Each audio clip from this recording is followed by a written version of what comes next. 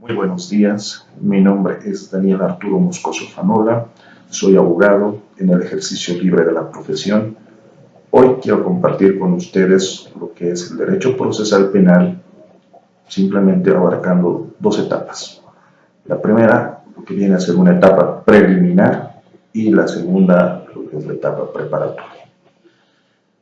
Además de ser una guía práctica para los estudiantes del derecho, lo que pretendo es enfocarme también al público en general. Entonces, para lo cual voy a hablar de lo que es el procedimiento, desde la denuncia hasta la culminación de la etapa preparatoria. Es importante recalcar y recordar que el proceso penal está enmarcado en lo que es tres etapas fundamentales. Esas tres etapas fundamentales van a ser la etapa preliminar, la etapa preparatoria y la etapa de juicio.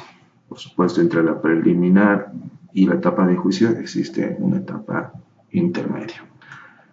En esta ocasión vamos a mencionar lo que es la etapa preliminar y lo que es la etapa preparatoria. Entonces, ya para dar inicio, vamos a ir desglosando paso a paso de todo lo que es este procedimiento penal. Entonces, antes de ver lo que es una denuncia, primero tenemos que ver a quién se puede considerar la víctima de un hecho delictivo. Recordemos que estamos hablando de delitos de acción penal pública, no estamos hablando en esta ocasión de delitos de acción penal privada. Entonces, al considerar víctima a toda persona directamente ofendida con el delito. ¿Y quién será la persona directamente ofendida con el delito? Va a ser aquella persona a quien se le ha vulnerado el derecho o el bien jurídicamente protegido. Entonces, si estamos hablando de una persona que se le ha sustraído algún objeto, entonces esa persona es una víctima. Y también es importante decir que el Código de Procedimiento Penal considera en este mismo artículo 76 que víctimas también son los cónyuges o convivientes, los parientes dentro del cuarto grado de consanguinidad o segundo de afinidad, al hijo, padre adoptivo y al hermano testamentario en los delitos cuyos resultados son la muerte del ofendido. Es importante tomar en cuenta que en este tipo de delitos o cualquier delito de acción penal pública donde exista la muerte, en este caso de la víctima, los directamente afectados son ya sea el cónyuge o la conviviente o viceversa, los hijos, quienes al quedar en la orfandad tienen todo el derecho de reclamar ante la autoridad competente, en este caso, llámese mediante el Ministerio Público ante el juez cautelar y posteriormente ante el Tribunal de Sentencia o Juzgado de Sentencia, tienen todo el derecho de reclamar y exigir el procesamiento del culpable. Pero ahora ya, enfocándonos nuevamente en nuestro tema, entonces vamos a decir que víctimas también son las personas jurídicas en los delitos que les vayan a afectar. Entonces podemos decir que son las fundaciones, asociaciones que están legalmente constituidas y donde les afecten intereses colectivos o difusos. Entonces, podemos concluir que la víctima es aquel quien se le ha vulnerado el derecho, es también el cónyuge conviviente o los hijos, y también son las personas jurídicas. Ya ingresando en lo que es la primera fase de nuestro procedimiento penal, entonces tenemos que mencionar que esta primera fase se va a dar con la denuncia. Y la denuncia, en palabras simples y sencillas, es la manifestación de un hecho ante la policía o la fiscalía. Y nuestro ordenamiento jurídico, a través del Código de Procedimiento Penal, en su artículo 284, nos dice claramente que toda persona que tenga conocimiento de la comisión de un delito de acción pública podrá denunciarlo ante la Fiscalía o la Policía Nacional. Es importante aclarar que también nuestro ordenamiento jurídico ha previsto que en las localidades donde no exista Fiscalía o Policía, se la presentará ante el subprefecto o corregidor, los que deberán ponerla en conocimiento del fiscal más próximo en el término de 24 horas. Es decir, en las comunidades donde la máxima autoridad sea el maico, tienen que presentarse ante esta autoridad, quien tiene la obligación de poner en conocimiento del Ministerio Público esa denuncia. Entonces, hemos dicho que la norma nos da las posibilidades de hacerlo ante la policía o la fiscalía. Ahora bien, ¿qué es lo que debe contener esta denuncia? La denuncia puede ser presentada en forma escrita o verbal, no requiere mayor formalidad.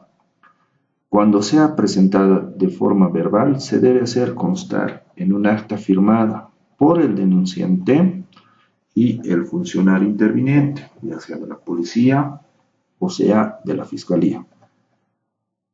El funcionario que la reciba comprobará y dejará constancia de la identidad y domicilio del denunciante. Si bien se tiene que registrar la identidad y domicilio del denunciante, este hecho tampoco debe ser puesto en conocimiento de la otra parte para resguardar sus intereses. Y la norma también nos dice que podrán levantarse este secreto a efectos de hacerse efectiva la responsabilidad por denuncia falsa o temeraria.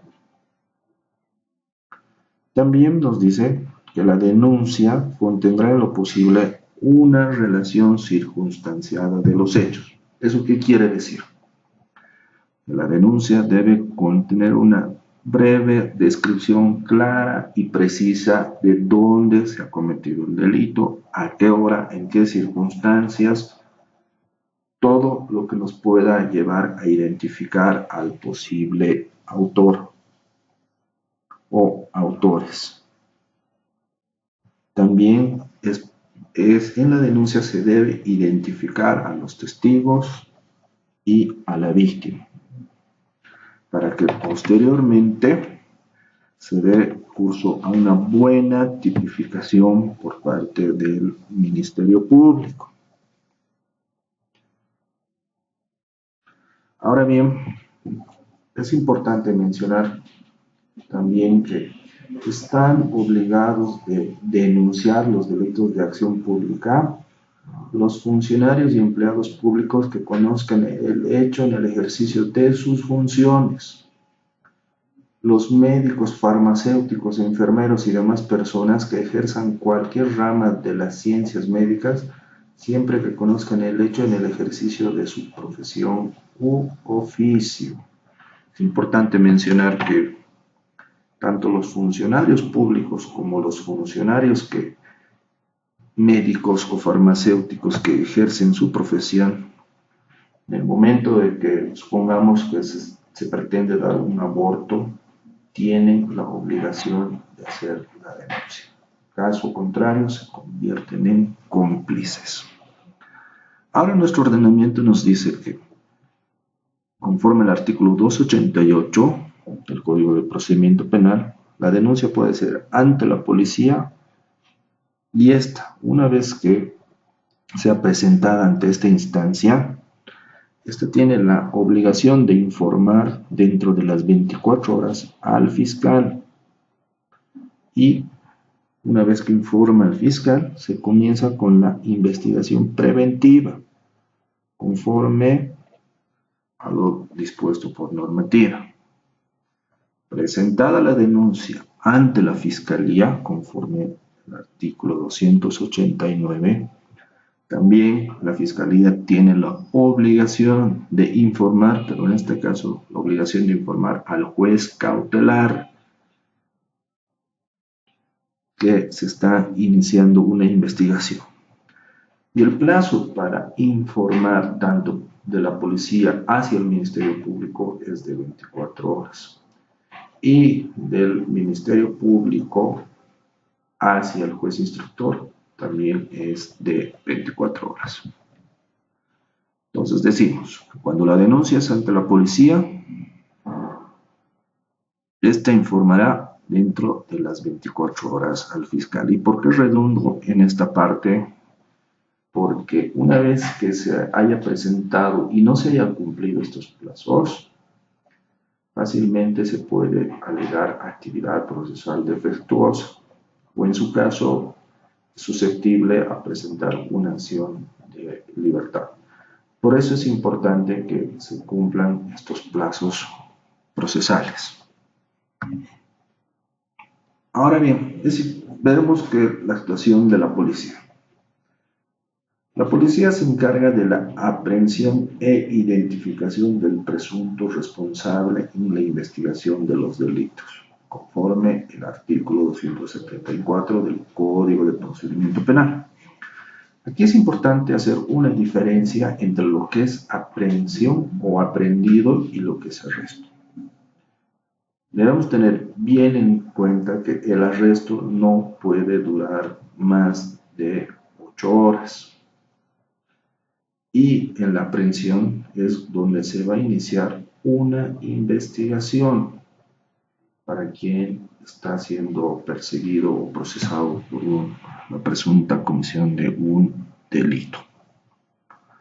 Entonces, en la aprehensión se deben cumplir los plazos procesales para poner en conocimiento tanto del Ministerio Público como del juez instructor cautelar. Y en el arresto simplemente puede ser por una falta administrativa, no puede durar más de 8 horas.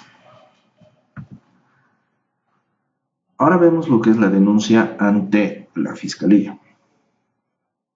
El fiscal, como director de la investigación, una vez que se haya interpuesto la denuncia ante esta instancia, informa al juez de instrucción, como lo habíamos dicho, y además está encargado de designar o pedir su cambio del investigador que se encuentre a cargo del caso,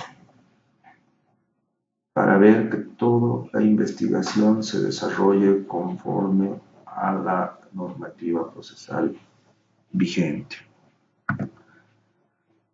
Hemos dicho que es un director, el fiscal es un director de las investigaciones y es conforme al artículo 279 del Código de Procedimiento Penal, como director promueve la investigación en los delitos de acción penal pública. No estamos mencionando delitos de acción penal privada en esta exposición, entonces es importante tener en cuenta que en los delitos de acción penal pública y los delitos de acción penal pública a instancia de parte es donde interviene el Ministerio Público a través de sus respectivos representantes, que son los fiscales de materia. En los delitos de acción penal privada no interviene el Ministerio Público. En esta ocasión estamos hablando de un delito de acción penal pública. Una vez que se ha identificado, se ha hecho la denuncia, se identifica al posible autor o autores del hecho delictivo, porque estamos hablando de una presunción hasta esta etapa del proceso, es que se tiene que crear y formar lo que se denomina el cuaderno de investigaciones. ¿Y qué es el cuaderno de investigaciones? Son todas las actuaciones del fiscal y los documentos obtenidos durante el desarrollo del proceso, es decir, de la etapa preliminar y de la etapa preparatoria posteriormente.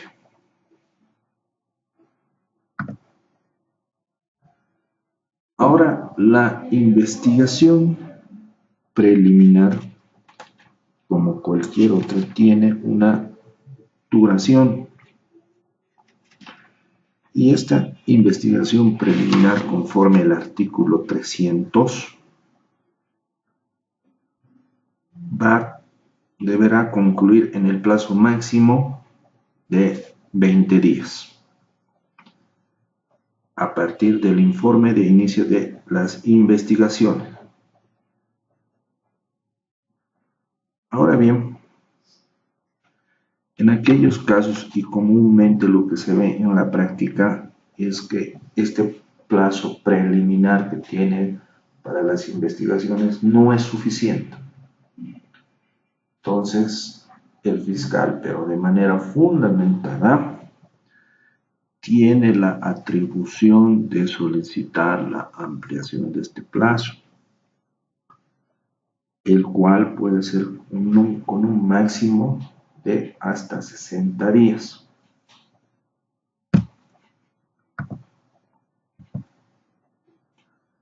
Ahora acá tenemos que hacer un énfasis en lo que son las etapas del proceso.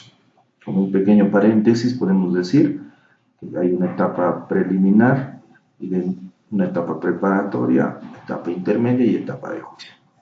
En esta ocasión estamos hablando de lo que es la preliminar y la preparatoria.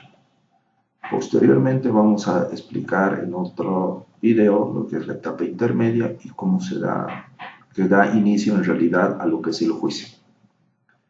Entonces, continuando con lo que es nuestra exposición, ya vamos a ingresar a lo que es la etapa preparatoria como tal, conforme el artículo 301 del Código de Procedimiento Penal, que menciona que una vez recibidas las actuaciones policiales, la o el fiscal analizará, es importante tener en cuenta este término, analizar.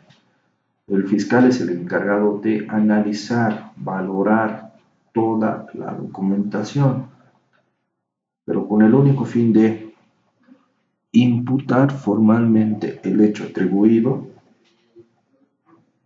Imputar es simplemente atribuir a otro la culpa en términos más generales.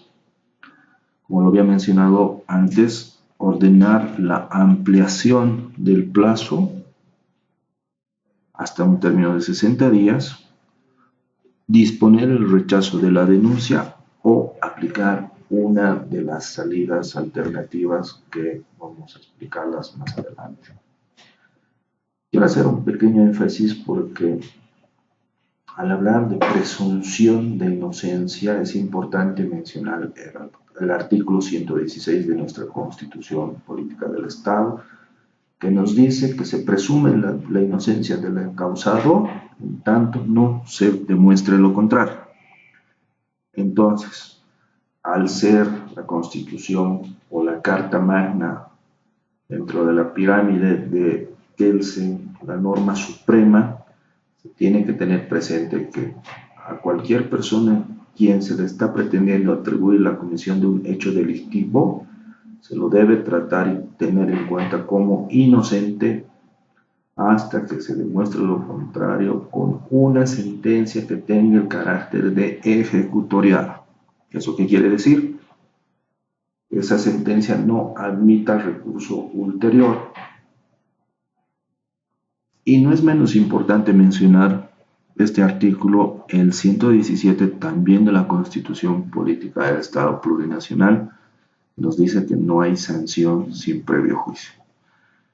Muchas veces los medios de comunicación pretenden o directamente sancionan a una persona que ni siquiera ha ingresado a una etapa de juicio.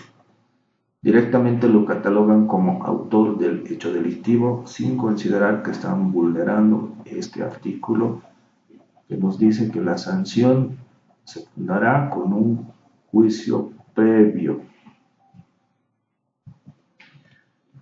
Ahora bien, vamos a hablar de lo que son las atribuciones del Ministerio Público.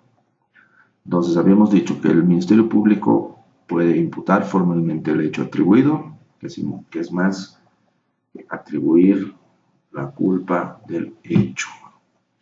Puede ordenar la complementación, por supuesto, en un máximo de hasta 60 días.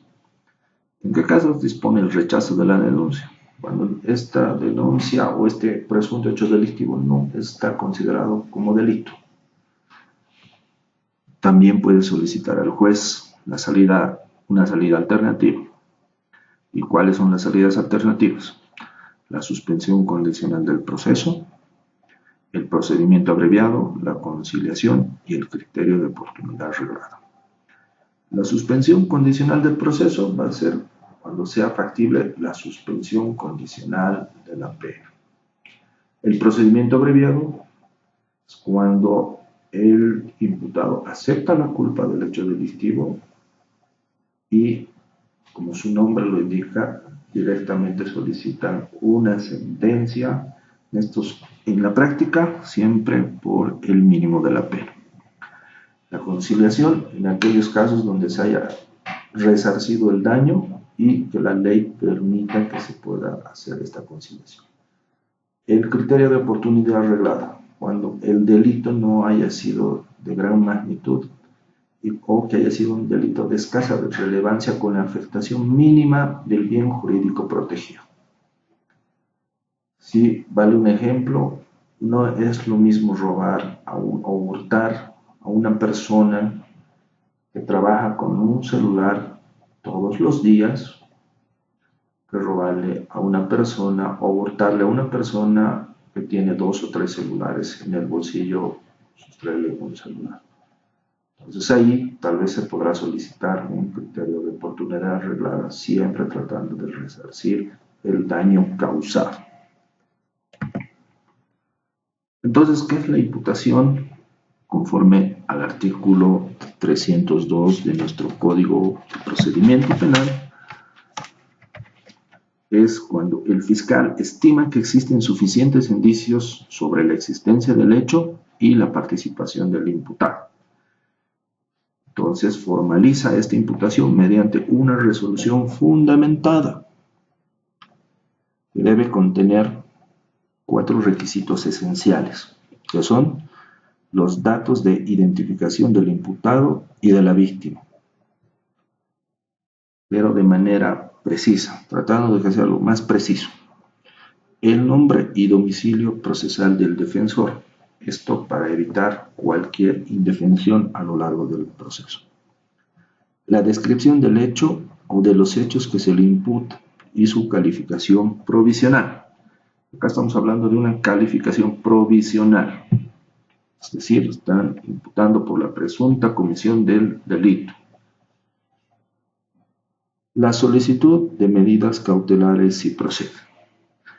En la solicitud de medidas cautelares debemos tener en cuenta, y esto para que la gente pueda entender, que una medida cautelar no es el fin de un proceso. El que una persona sea cautelado en un centro penitenciario no significa que la otra parte ha ganado el juicio. La detención preventiva en realidad debería y es la excepción, y la regla debería ser la libertad. Entonces, la detención preventiva como última ratio, es decir, como última razón para decidir, debería tomarse en cuenta. Pero en la práctica se maneja de diferente manera, teniendo en cuenta que la detención preventiva muchos fiscales lo aplican como regla. pero bueno, debemos tener en cuenta también que esta detención preventiva puede ser modificada. Puede haber con una solicitud de la cesación a la detención preventiva o desvirtuando los riesgos procesales. En otra ocasión vamos a explicar cuáles son los riesgos procesales que se tienen que desvirtuar o demostrar. Entonces, la sentencia constitucional 1036/2002 nos dice que esta imputación formal marca el inicio del proceso penal, es decir, da inicio al movimiento de todo el aparato jurisdiccional. Si el fiscal imputó, debe requerir al juez de instrucción la detención preventiva dentro de las 24 horas que se tomó conocimiento de su aprehensión. Si el fiscal ha decidido imputar, pues tiene que solicitar una medida cautelar. Ahora, tenemos que mencionar también que los imputados, al momento de tener esta condición, no pueden ser restringidos sus derechos, no pierden sus derechos. Por lo tanto, el imputado desde el inicio de su captura tiene derecho a ser asistido y entrevistado en privado por su abogado defensor, conforme al artículo 84 del Código de Procedimiento Penal. De igual manera, conforme al artículo 92 del Código de Procedimiento Penal, el momento que se le vaya a tomar una declaración, tiene que estar presente su abogado defensor. Si no estaría presente el abogado defensor, tiene que suspenderse esa declaración o designársele un abogado defensor de oficio. Porque tomemos en cuenta que aunque el imputado asuma la comisión de un delito y no esté presente su abogado defensor, esta declaración es nula. Por lo tanto, ese proceso penal es susceptible de ser impugnado o, en su defecto, de ser rechazado. La normativa también nos habla y es clara al mencionar que existen excepciones, y estas excepciones pueden ser las siguientes: la prejudicialidad, la incompetencia, la falta de acción, la extinción de la acción penal, la cosa juzgada o la litispendencia. En otra oportunidad vamos a desarrollar, pero quiero destacar la primera, que nos dice: la prejudicialidad procede únicamente cuando a través de la sustanciación de un procedimiento extrapenal se pueda determinar la existencia de los elementos constitutivos del tipo penal. Es decir, tiene que haber un proceso extrapenal para determinar o tipificar el tipo de delito que se le va o se le está pretendiendo imputar.